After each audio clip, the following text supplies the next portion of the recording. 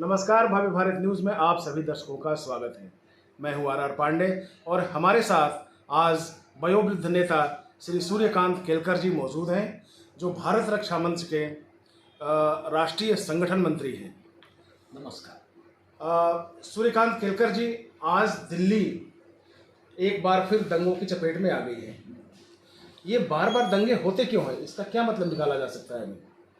आपने जो प्रश्न किया, ये प्रश्न काफ़ी पहले से विचार में आना चाहिए। दंगे आज नई बात नहीं है, आज़ादी के पहले भी दंगे हुए। इसका कारण ये है, हम दंगे शब्द भी जो प्रयोग कर रहे हैं, यह भी बहुत सही शब्द नहीं है। हमले हैं, हमले। डायरेक्ट एक्शन भी जब मुस्लिम लीग ने किया था कलकत्ता में, उसको भी हमने कहा कि दंगे हुए। डायरेक्ट एक्शन चालू हुआ था, जिन्ना ने उसे शब्द डायरेक्ट एक्शन दिया था, सीधी कार्रवाई। कहीं न कहीं मुसलमानों के अपराध छिपाने के लिए ऐसे शब्द प्रयोग किए जाते हैं। दंगा, विशेष वर्ग के लोग। अभी विशेष वर्ग शब्दों दिल्ली में जहांगीरपुरी में एक विशेष वर्ग के लोगों ने हमला किया। इसका परिणाम ये होता है कि सत्य बात आम जनता के सामने नहीं आती, और दूसरा, जो हमलावर है वो अधिक बेशर्म होते जाते।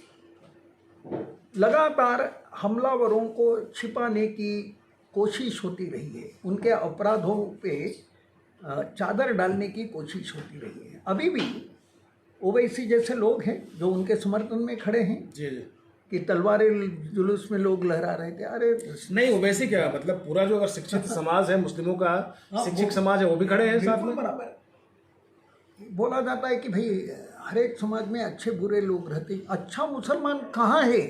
किसने ये हमले की निंदा की? एक भी मुसलमान नेता बताओ जिसने ऐसे हमलों की निंदा की। हमला केवल एक जगह दिल्ली में हुआ ऐसा नहीं है, खरगोन में हुआ, सेंधवा में हुआ, हरिद्वार में हुआ, खंबा गुजरात में हुआ, हर एक कितने ही राज्यों में हमले हुए।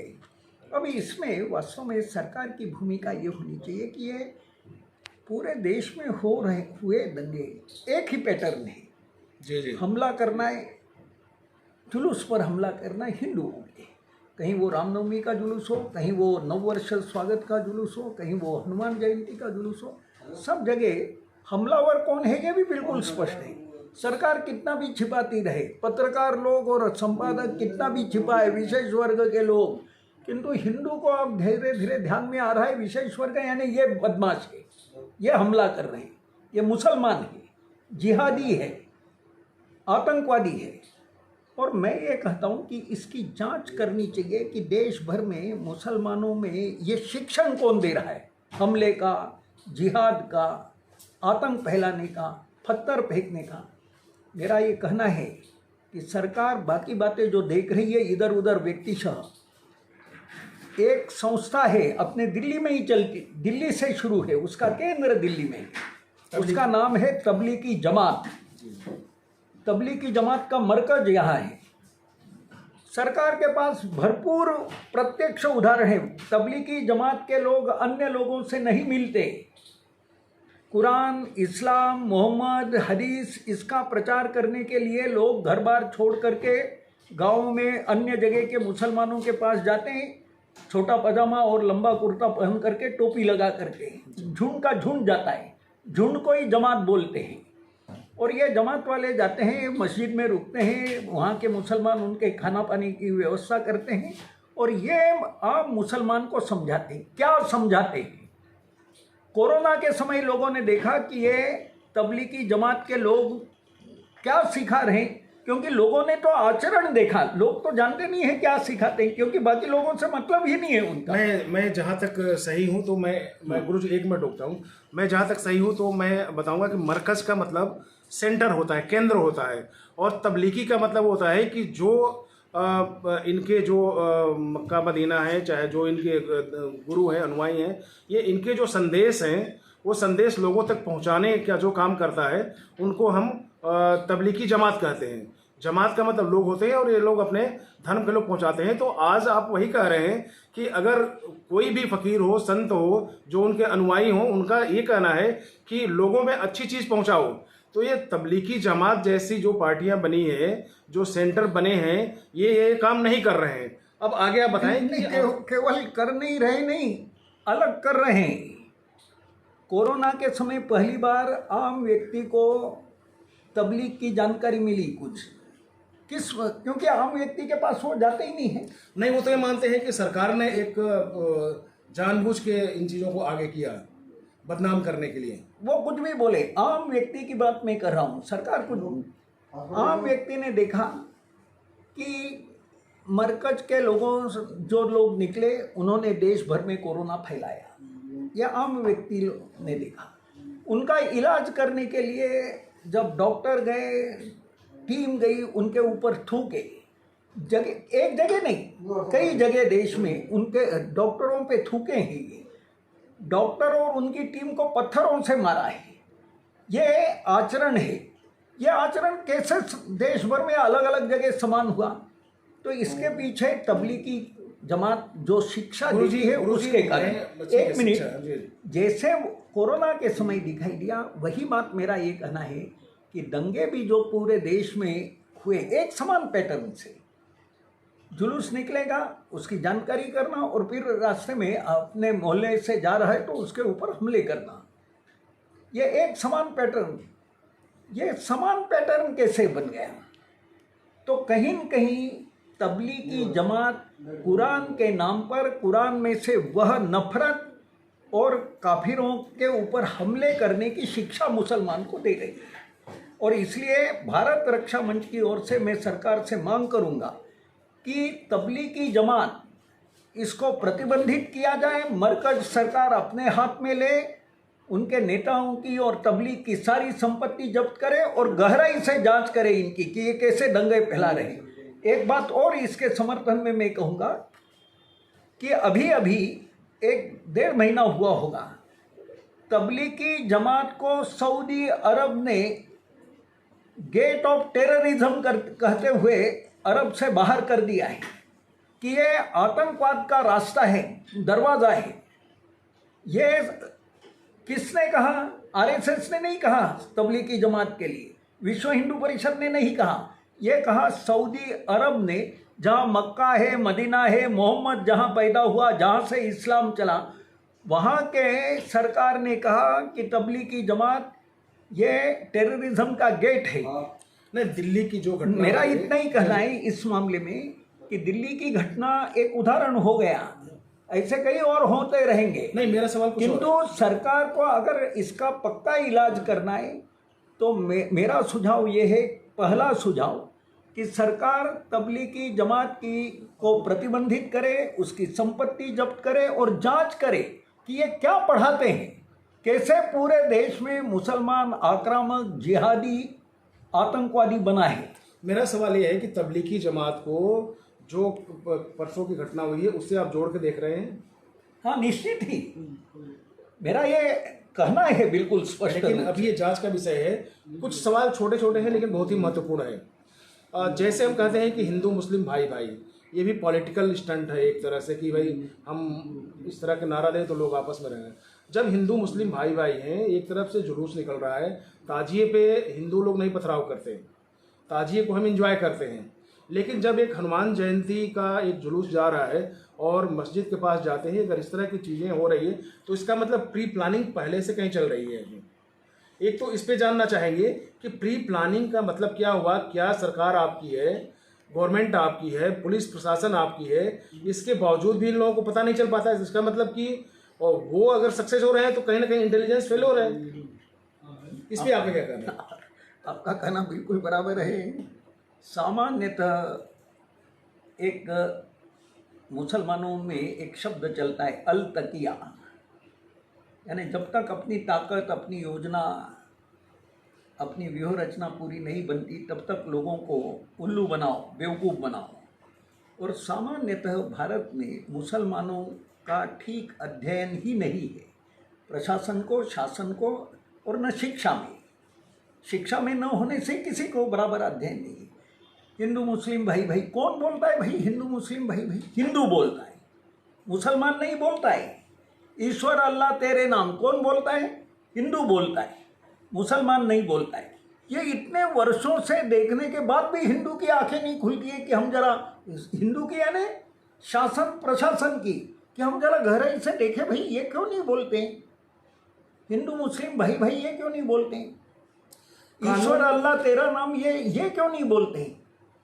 तो अगर ढंग से अध्ययन करेंगे तो ध्यान में आएगा कि कुरान और इसमें से वह बात सिखाई जाती है यहाँ, वह बात यानी अन्य लोग खास करके हिंदू, इनके प्रति नफरत, घृणा और इनको कत्ल करने तक की बातें कुरान के आधार पर समझाई जाती है। गुरु जी, इस पे हम आएंगे। एक सवाल और है कि कानून अभी ओवैसी जैसे कुछ लीडर का स्टेटमेंट आ रहा है सामने कि एक तरफा कार्रवाई हो रही है, तलवार लेने वालों के खिलाफ भी कार्रवाई होनी चाहिए, सब होने चाहिए। आप मुझे एक चीज़ बताइए कि कानून के मुताबिक छुरी और चाकू में अंतर जानते हैं आप? छुरी छोटे वाले को कहते हैं और चाकू बड़े वाले को कहते हैं। दांव इतने बड़े होते हैं। तो जब हमारे संविधान में, हमारे कानून में एक छुरी की इजाज़त होती है कि आप उससे बड़ा नहीं रख सकते, हिंदुओं के घर में नहीं मिलेगा, लेकिन इसके पास तो बड़े बड़े दांव हैं और वो कई सालों से चले आ रहे हैं। हमारी गवर्नमेंट अब तक क्या करती रही? असल में अपने यहाँ आर्म्स एक्ट अंग्रेजों ने बनाया था और लोगों के शस्त्र जब्त किए थे, किंतु परंपरागत रूप से लोगों के घरों में शस्त्र हैं, कुछ घरों में शस्त्र रखने को बहुत ज़्यादा सरकार कोई मना नहीं करती है। और सहज रूप से बारात में, शोभा यात्रा में, आम सभाओं में भी सत्कार किया किसी व्यक्ति का तो उसे तलवार भेंट की, वो तलवार बताता है। ये सामान्यतः प्रचलित है, किंतु जो यहाँ सेक्युलरी लोगों का एक आतंक निर्माण हुआ है उसके कारण, सेकुलर आतंक, हाँ, जिसे सेकुलर आतंक में कहते हैं। पॉलिटिक्स की भाषा है या आम भाषा है? आम भाषा है। सेकुलरी लोगों ने एक आतंक निर्माण किया है कि जो हिंदू को डराने वाली बात हमेशा सेकुलर करता है, हिंदू विरोधी बात हमेशा सेकुलर करता है। सेकुलर का अर्थ ही हमारे देश में हिंदू विरोध हो गया है और एक तरह से वर्षों से हिंदुओं को डराने का काम हुआ है और इसलिए एक तरह से उनको अभी तक बड़ी सफलता मिली है हिंदुओं को डराने की। अब समय बदल रहा है, जैसे जैसे हिंदू का जागरण हो रहा है वैसे वैसे समय करवट ले रहा है। अब ये बातें आज हुई, ऐसा दंगा आज अभी जहांगीरपुरी में हुआ, ऐसा नहीं, पहले भी अलग अलग समय, हर समय आप देखेंगे कि हमला मुसलमानों का है। गोधरा नरेंद्र मोदी को बड़ा दोष दिया जाता है। साबरमती एक्सप्रेस पे हमला हुआ और सुनियोजित। साबरमती एक्सप्रेस 7 बजे गोधरा स्टेशन से छूटती है और सिग्नल के यहाँ रोक दी जाती है जहाँ मस्जिद बनी हुई है। हजारों मुसलमान वहाँ इकट्ठे हुए हैं पहले से। ट्रेन के ऊपर पथराव शुरू होता है और उसमें 2 ये जला दिए जाते हैं और इसमें से अपराधियों को दंड देने के बजाय उस समय की कांग्रेस सरकार ने अपराधियों को बचाने का काम किया, जैसा अभी ओवैसी कर रहे हैं। नहीं, तभी तो कांग्रेस हाशिए पे चली गई है। हाँ, बराबर। तो इसका मतलब कि यह सभी के लिए संदेश है कि जो इस तरह से आतंकवादियों को मदद करेगा, जो पत्थर फेंकने वालों को मदद, पत्थर फेंकने वाली पार्टियां भी कश्मीर में अब एक किनारे लग गई, किनारे लगे, बिल्कुल। अब समय बदल रहा है और अगर राजनीतिक दल अपने को नहीं सुधारेंगे, सही बात को मदद नहीं करेंगे, तो उनका भी हश्र यही होने वाला है। लोग सत्य को जानना चाहते हैं और खास करके मीडिया भी, जो अभी तक एक तरफा जो छापता था वही लोगों को पढ़ने मिलता था, अब सोशल मीडिया ने हर बात को लोगों तक पहुंचाना शुरू किया है। अब लोगों को दिखाई दे रहा है कौन पत्थर फेंक रहे हैं। अखबार वाले कितना भी छिपाए, कितना भी कहे विशेष वर्ग के लोग, एक तो सीसीटीवी समझ रहा है विशेष वर्ग वगैरह शब्द का कोई अर्थ नहीं है, मुसलमानों ने हमला किया, ये सबको दिखाई देता है और इसलिए अंतर आ रहा है। अब जब लोग देखते हैं कि ये हमला कर रहे हैं तो लोगों को, और ये लगना ही चाहिए, और स्पष्ट बोलने से हम आनाकानी करते हैं तो जो लोग गलत काम करने वाले उनकी हिम्मत बढ़ती है, वो अधिक उद्दंड बेशरम बनते जाते हैं। भारत में मुसलमानों का हाल यही बना हुआ है और उसका परिणाम ये हो गया है कि जो अच्छा मुसलमान है, इंसानियत पसंद मुसलमान है, उसकी आवाज़ ही बंद है, उसे वो घिसटता है इन मुसलमानों के बिल्कुल पीछे। बिल्कुल। तो चलिए इन्हीं शब्दों के साथ जो भारत की हमारी संस्कृति है, जो भारत की राजनीति है, उसे एक अलग दिशा में जानी चाहिए। जितनी भी राजनीतिक पार्टियां हैं उनको ये सोचना पड़ेगा कि अगर हम राजनीति करें तो राजनीति का एक दायरा लंबा होना चाहिए, बृहद होना चाहिए और समावेशित होना चाहिए, तभी हमारा देश आगे बढ़ पाएगा। और इस तरह के जो हमारे ये कहिए कि आतंकवादी तो नहीं कहा जा सकता, लेकिन जिस तरह से नासमझ लोग हैं जो मुस्लिमों में खास करके पाए जाते हैं, उनको अगर काबू करना है तो सरकार को भी एक कड़े कदम उठाने पड़ेंगे, तब जाके हमारा देश भारत कहीं भारत बन पाएगा। नमस्कार।